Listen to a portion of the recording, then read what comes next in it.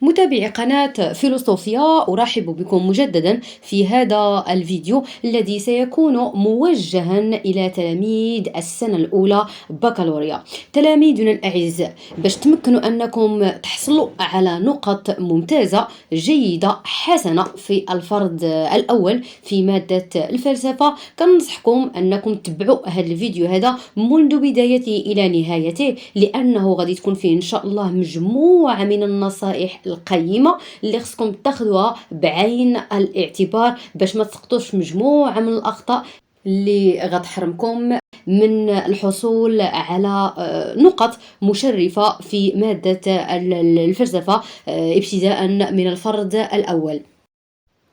إذا شفتوا الفيديو السابق اللي كنا خصصناه للحديث عن مضامين الفرض الأول في مادة الفلسفة السنة الأولى بكالوريا، غادي تلاحظوا بأن هذا الفرض هذا كيتكون بشكل عام من واحد النص، وهذا النص كيكون مرفق بثلاث أسئلة. السؤال الأول كيكون مطلوب منكم أنكم تحددوا موضوع النص، إشكالية النص، وأطروحة النص. السؤال الثاني المطلوب منكم هو تحديد حجاج النص. السؤال الثالث هو المطلوب منكم أنكم تناقشوا مضمون النص. تلزم مزيان ياك، يقدر كيبانوا لكم هاد الأسئلة هادو ساهلين لواحد الدرجة اللي هي كبيرة، ولكن السؤال اللي كيطرح نفسه في هاد الصدد هو علاش كيمشيو لكم النقيطات وفين كيمشيو دوك النقيطات. باش نجاوبكم على هذا السؤال غادي نبداو بكل خطوة على حدة، وغادي نحاولوا نوقفوا عند كل خطأ كديروه في كل خطوة واللي بسببه كيمشيو لكم مجموعة من النقاط. نبداو بالخطوة الأولى أو المطلب الأول اللي كيتعلق بتحديد موضوع النص. كما قلنا المقصود بموضوع النص هو المفهوم. واش النص اللي تعطى لكم في الفرض يتمحور حول مفهوم الوعي واللاوعي، مفهوم اللغة، أم مفهوم الرغبة، أم مفهوم المجتمع؟ إذا ملي غادي تقرا النص بناء على هاد كل المفاهيم اللي كاينين في النص غادي يبان لكم واش من مفهوم، ولكن ملي غتمشي لورقة التحرير ما تكتبش فقط هاد العبارة موضوع النص نقطتان الوعي واللاوعي نقطة. إذا هذا راه جواب، ولكنه للأسف خال من أي مجهود.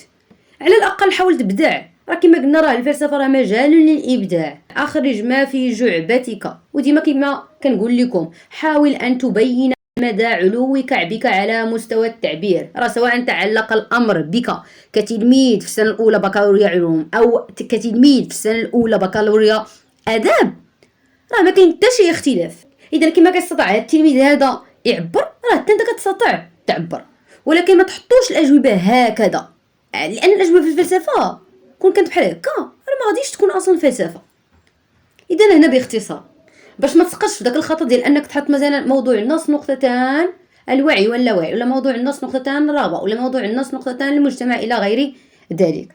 دير واحد المجهود.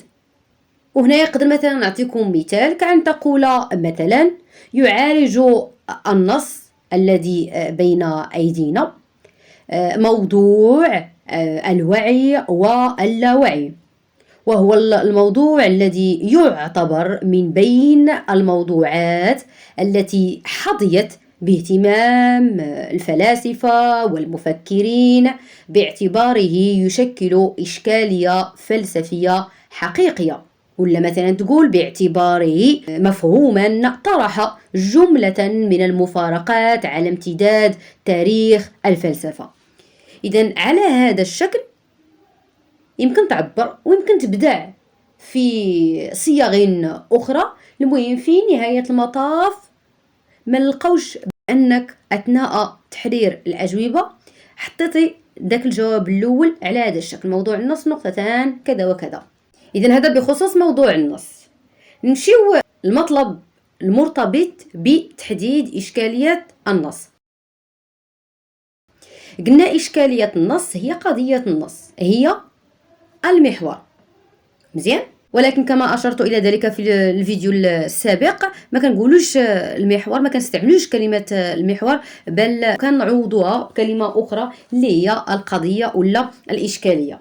ملي تحدد إشكالية النص فحذاري أن تقوم بصياغة هذه الإشكالية على شكل فكرة فقط، دون ترجمة هذه الإشكالية إلى أسئلة أو صياغة هذه الإشكالية في تساؤلات متدرجة. يعني مثلا لقيتي بأن النص يعالج قضية الرغبة والحاجة. مزيان؟ إذا قضية الرغبة والحاجة، جيتي على مستوى تحديد إشكالية النص وقلتي بأن النص يعالج قضية الرغبة والحاجة، راه الجواب ديالك نقص، الجواب ديالك خصو تتمة، الجواب ديالك خصو الكمالة. وباش يكتمل هذا الجواب ديالك خصك تاخذ هذه الإشكالية هذه وتصيغها على شكل تساؤلات متدرجة اللي كيجاوب عليهم صاحب النص. مثلا إذا عدتم إلى نص سيغموند فرويد، هذا النص هذا الذي توقفتم عنده في المحور الثاني من مفهوم الوعي واللاوعي، لا شك أنكم تعرفون أن هذا النص هذا راه يعالج إشكاليات الوعي واللاوعي. إذا حنا هنايا ملي غادي نبغيو نحدوا الإشكالية ماذا سنقول؟ سنقول يعالج النص إشكالية فلسفية مرتبطة بالعلاقة بين الوعي واللاوعي وعلاقتهما بالحياة النفسية للفرد، وهي الإشكالية التي يمكن صياغتها في التساؤلات التالية. مثلا، ما هي العلاقة بين الوعي واللاوعي؟ ومن منهما يتحكم في الحياة النفسية للإنسان؟ هل الوعي أي الشعور أم اللاوعي أي اللاشعور؟ إذن بهذا الشكل هذا كنحددوا إشكاليات النص. هنا واحد الملاحظة، إلا لقيتو في النص قيد التحليل لقيتو بأن صاحب النص قدم لنا تعريفا لمفهوم مركزي أو لمفهومين مركزيين، راه قبل ما ديروا هاد التساؤلات هادو خصكم تسألوا حول المفاهيم. مثلا هنايا لنفترض أن سيغموند فرويد قدم لنا تعريفا لمفهوم الوعي وتعريفا لمفهوم اللاوعي، ماذا سنقول على مستوى الإشكالية قبل ما نطرحوا هذه التساؤلات؟ غادي نقول ما المقصود بالوعي وما المقصود باللاوعي، عاد غادي نقولوا ما هي العلاقة بينهما ومن منهما يتحكم في الحياة النفسية للفرد، هل الشعور أم اللا شعور. وهنا ما تكتروش من الأسئلة، راه قد ما كثرتي من الأسئلة كدوخ. حاول تقرا النص مزيان، حاول تفهم المضمون ديالو، وحاول تفهم شنو هو السؤال ولا التساؤلات اللي كيجاوب عليها النص بشكل دقيق. نمشيو للأطروحة. بالنسبة لأطروحة النص، حاولوا ما أمكن تفادوا أنكم تسقطوا في 3 ديال الأخطاء. الخطأ الأول هو إعادة كتابة النص، الخطأ الثاني هو تقويل النص ما لم يقله، ثم الخطأ الثالث هو الخلط بين الأطروحة والحجاج. نوضح لكم كيفاش. بالنسبة لإعادة كتابة النص، بمعنى أنك تقرأ النص كتختار جمل من النص وكتربط بيناتها كما هي بنفس اللغة وأسلوب صاحب النص وكتحطها تما، كتزيد لها فقط يؤكد صاحب النص على انه كدير دوك الجمل. اذا هنايا ما درتي حتى شي مجهود على مستوى الاطروحه، خديتي داكشي اللي كاين في النص وعبرتي عليه كما هو وحطيتيه. اذا هنايا مشاو لك النقطات اللي كيتعلقوا بالاطروحه لانك فقط اعدت كتابه ما هو مكتوب اصلا. الخطا الثاني اللي كيتعلق بتقويل النص ما لم يقل. هنا كتقرا النص كتعبر على مضمون النص شويه، كتعطينا الراي ديالك الخاص حول مضمون النص، ولا مثلا كتشرح أفكار النص بأفكار أخرى لا علاقة لها بمضمون النص، وكأن النص في واد وشرحك لمضمون النص في واد آخر. إذا حاول ما أمكن تركز مع النص وتحاول تفهم المضمون ديالو وتعبر على ذلك المضمون بأسلوبك الخاص وبلغتك الخاصة بعيدا كل البعد عن أسلوب صاحب النص ولغة صاحب النص. ثم الأكثر من ذلك حاول تشرح دوك الأفكار ديال النص أفكار أخرى تتلائم وتتماشى مع ما ذهب إليه صاحب النص. راه الأطروحة لماذا سميت بأطروحة النص؟ بمعنى أنك أنت ما كتجيب حتى شي حاجة من عندك، فقط المطلوب منك في هذه الحالة هو أن تعبر عن مضمون النص بطريقة أخرى بأسلوب آخر وبلغة تبين مدى فهمك لمضمون النص. وقبل ما نفوتوا هاد النقطه هذه ضروري نشير لواحد النقطه اساسيه اللي ضروري خصكم تحيدوها منكم، هي انكم كتسميو صاحب النص. غادي تلاحظوا بان النصوص اللي كتعطاكم في الفروض وايضا النصوص اللي غادي تعطاكم في الامتحانات الموحده وايضا النصوص اللي غادي تعطاكم في الامتحانات الاجهاديه كلها نصوص مجهوله الهويه، يعني ما كتعرفش شكون صاحب النص، شكون اللي كتب ذلك النص. وبالتالي بما انه ما تعطاتكش احاله، ما تعطاكش شكون صاحب النص، كيتسمى صاحب النص فقط. ما تجرأش نهائيا انك تسمي صاحب النص بفلان وفلان وفلان. اذا ما كانش الاسم، اذا ما تجرأش انك تسمي صاحب النص باسم معين. عرفتي واخا تاكد 100% بان داك النص سبق ليك شفتيه ولا سبق ليك قريتيه، كيبقى صاحب النص هو صاحب النص. اذا ما تسميش. الخطأ الثالث اللي كتوقعوا فيه على مستوى صياغة أطروحة النص هو أنكم أحيانا يختلط عليكم الحابل بالنابل. على مستوى ماذا؟ أنكم كتخلطوا بين الأطروحة والحجاج، كأن تقول مثلا يؤكد صاحب النص على أن الله شعور هو الذي يتحكم في الحياة النفسية للفرد. مازال ثم من شنو قلتي؟ مستعينا في هذا الصدد ببعض الأمثلة التوضيحية التي يؤكد من خلالها على أن كذا وكذا. اللي خصك تعرف هو أن على مستوى الأطروحة راه كنعبروا على مضمون النص، ولكن ديك الصيغة ديال يستعين صاحب النص بأمثلة يعتمد على أسلوب التعريف، يعتمد على التفسير، يعتمد على المماثلة، يعتمد على المقارنة، يعتمد على الدحض، يعتمد على كذا وكذا وكذا وكذا إلى غير ذلك من الأساليب. هاد الأساليب كاملين وهاد الآليات ما خصناش نذكروهم، ما خصناش نهضروا عليهم في الأطروحة، خصنا نأجلوهم لمرحلة أخرى اللي هي مرحلة الحجاج. إذا هذه نقطة حاولوا تاخذوها أيضا بعين الاعتبار إذا أردتم الحصول على نقط مرضية. إذا تحدثنا عن الأخطاء التي يتم ارتكابها على مستوى الإشكالية وكيفية تجاوزها، تحدثنا أيضا عن الأخطاء التي يتم ارتكابها على مستوى تحديد مضمون النص وكيفية تجاوز تلك الأخطاء، وتحدثنا أيضا عن الأخطاء التي يتم ارتكابها على مستوى صياغة أطروحة النص وأيضا كيفية تجاوزها. شنو بقينا دابا؟ بقينا الآن نهضروا على البنية الحجاجية للنص، الأخطاء اللي كتوقعوا فيها وكيفاش يمكن لكم تجاوزوها. اذا هنا على مستوى حجاج النص راه ما كنحدثوش فقط الاسلوب، كنقولوا مثلا اعتمد صاحب النص على التعريف نقطه، كما اعتمد ايضا على التفسير، كما اعتمد ايضا على المماثله. لا، راه كنحددوا الاسلوب وكنحددوا المؤشرات الداله عليه في النص، يعني باش عرفنا بانه اسلوب كذا ماشي اسلوب كذا، وكنحددوا ايضا الغرض من الاسلوب. وهنا يعطى الله الاساليب والاليات الحجاجيه. كاين الاستشهاد او ما يسمى بحجه السلطه. امتى كنقولوا استشهاد وحجه السلطه؟ ملي كنلقاو صاحب النص وضف في النص ديالو اسم ديال شي مفكر معين، فيلسوف، عالم، طبيب نفساني، كما بغى يكون، المهم اسم ديال شي مفكر معين. ثم كاين اسلوب المثال، ملي كيستعمل صاحب النص بعض الامثله باش يوضح لنا شي فكره معينه. كاين ايضا اسلوب العرض. امتى كنقولوا اسلوب العرض؟ ملي كيقدم لنا صاحب النص واحد التصور ديالو ثم كيشرحه ثم يقوم بتاكيده واثباته.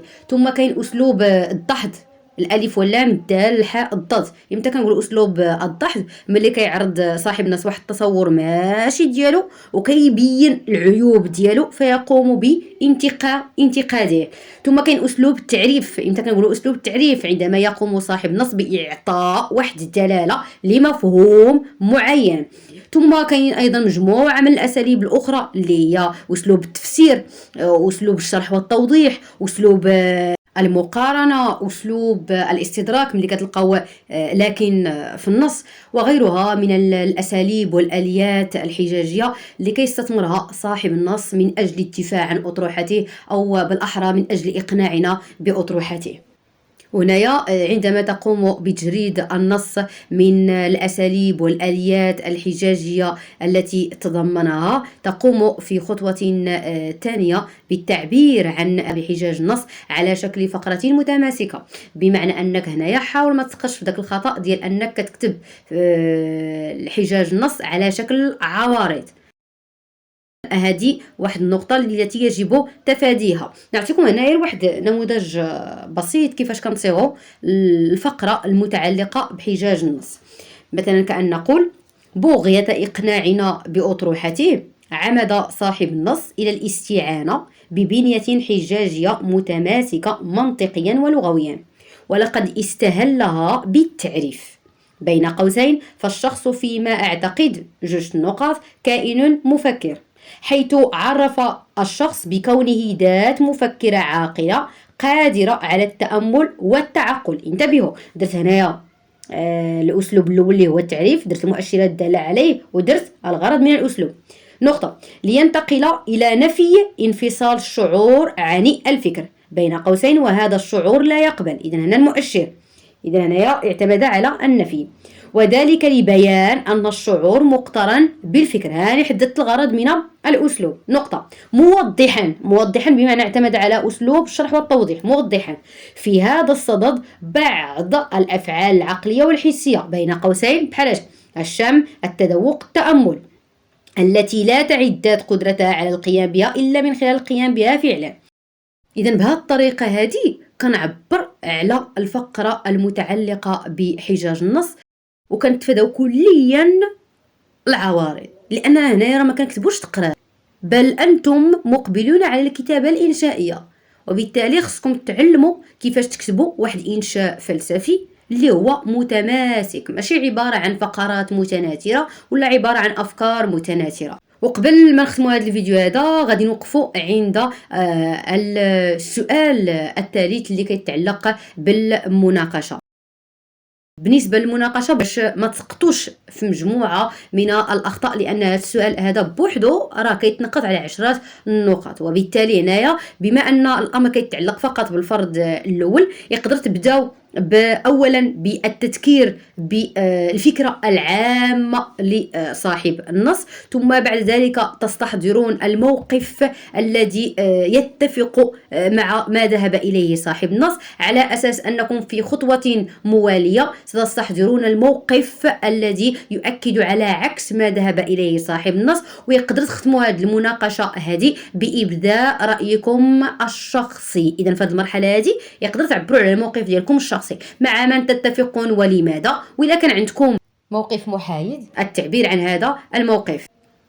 نعطيكم مثال. مثلا نفترض النص اللي اشتغلت عليه في الفرد، لقيت بأن صاحب النص كيأكد لنا على أن الوعي عبارة عن نشاط عقلي عصبي. مزيان، هاد الفكرة هذه هي الفكرة العامة للنص والتي يدافع عنها النص. بمن تذكرنا هذه الفكرة؟ بموقف من؟ تذكرنا بموقف جون بيير شونجو، هذا العالم البيولوجي اللي كيأكد هو الآخر على أن الوعي هو عبارة عن نشاط عقلي عصبي. إذا جون بيير شونجو كيتفق مع صاحب النص. مزيان، ولكن هناك موقف آخر اللي كيقول لنا بأن الوعي عبارة عن واحد مفهوم غامض يحتاج إلى المزيد من التوضيحات والأبحاث. مزيان، إذا الموقف الثاني اللي هو ديال راسل. إذا موقف راسل غنوظفوه هنايا كموقف كيختلف على التصورين السابقين اللي هو ديال صاحب النص وجون بيير شونجو. عاد من بعد كنعبر انا على وجهة نظري الخاصه. هنايا باش نبسط لكم اكثر نعطيكم الصيغه. مثلا نقدر نقول: اذا كان صاحب النص يرى ان الوعي مفهوم بسيط يمكن تعريفه تعريفا علميا دقيقا، حيث حدد هذا التعريف في ان الوعي عبارة عن نشاط عقلي عصبي. شنو درت هنايا؟ هاني درت التذكير بمضمون النص، ولكن ما كنعاودش نكتب الأطروحة، غير كندير التذكير بمضمون النص في فكرة أو فكرتين. فإن، إذا انتبهوا من بعد، فإن غادي نجيب الموقف اللي كيتفق مع صاحب النص. فإن جون بيير شونجو يؤكد هو الآخر. انتبهوا ملي كندير يؤكد هو الآخر، بمعنى هاد العبارة ديال يؤكد هو الآخر بمعنى أن هاد التصور اللي استحضرتي راه كيتفق مع صاحب النص. يعني ما كديرش ديك العبارة ديال مؤيد ولا معارض، هاد جوج العبارات ما كنديروهمش. إذا عبارة مؤيد كنغنبلاصيوها بعبارات يؤكد هو الآخر، وعبارات معارض كنغومبلاسيوها يؤكد من زاوية مغايرة على أن. إذا يؤكد هو الآخر على أن كل نشاط عقلي هو عبارة عن نشاط عصبي، فالحواس تتعرض لمنبهات خارجية وتقوم بإرسالها إلى الجهاز العصبي الذي تقوم خلاياه وبكيفية معقدة بإحداث نشاط عقلي هو الذي يعبر عنه بما يسمى الوعي. يعني هنايا في الخطوة الموالية كنشرح الموقف اللي كيتفق مع صاحب النص، ثم بعد ذلك كنتقل لكي أستحضر الموقف اللي كيختلف عن ما ذهب إليه صاحب النص. شنو كندير؟